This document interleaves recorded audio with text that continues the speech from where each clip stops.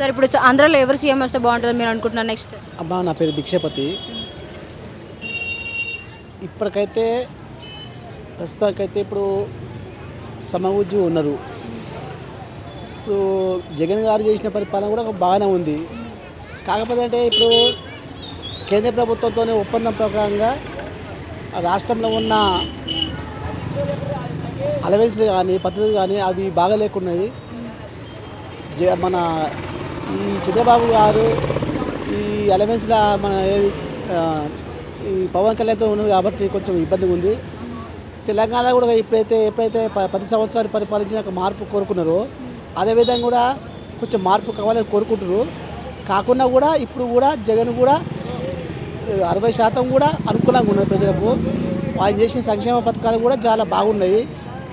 ఇప్పుడు ఆటో డ్రైవర్లు కానీ ఇంకా చిన్నపిల్లలు కానీ స్కూల్లో కానీ చాలా పథకాలు బాగున్నాయి. కానీ ప్రజలు మాత్రము మార్పు అనేది కోరుకుంటున్నారు. ఆ మార్పు కోరుకుంటారు కానీ మళ్ళీ జనం కూడా నాడి తెలియలేకపోతుంది. ఎందుకంటే జగన్ మీద బాగా ఉంది, పరిపాలన బాగుంది, చేసే విధానం బాగుంది. ఆడవాళ్ళకు కానీ ఇంకా రైతులకు కానీ ఇవన్నీ బాగున్నాయి కాబట్టి చాలా మంచిగా ఉంది. కానీ జనం ఏంటంటే చంద్రబాబు చేసిన పరిపాలన అది కూడా ఒక బాగానే ఉంది కాబట్టి ఏమో మళ్ళీ ఈ మార్పు జరగబోతుందేమో. పవన్ కళ్యాణ్ కూడా ఇప్పుడు చాలా బాగా పుంజుకున్నాడు కాబట్టి ఈ మళ్ళీ బీజేపీతో కూడా అలవెన్స్లా కలిసిపోతుంది కాబట్టి ఈ అంగు ప్రభుత్వం వచ్చే పరిస్థితి ఉంది. ఈ 3 పార్టీలు ఒకటైతే జగన్ కూడా కొంచెం కష్టమే ఉంది. షర్మిల కూడా ఈ మధ్యన కాంగ్రెస్ పార్టీ జర బాగా పుంజుకొని ప్రయత్నం చేస్తుంది కాబట్టి ఈ జగన్ ఓట్లు కూడా ఆమె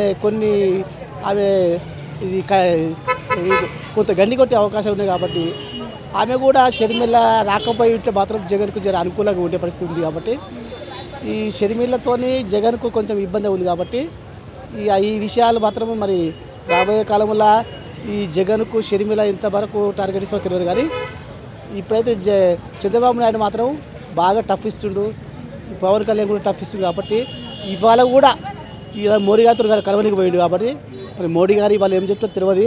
మోడీ పవన్ కళ్యాణ్ చంద్రబాబు ఇట్లా ముగ్గురు కలిసి ఎలక్షన్స్లో కలిసి పోటీ చేస్తే మాత్రము చాలా టఫే ఉంటుంది.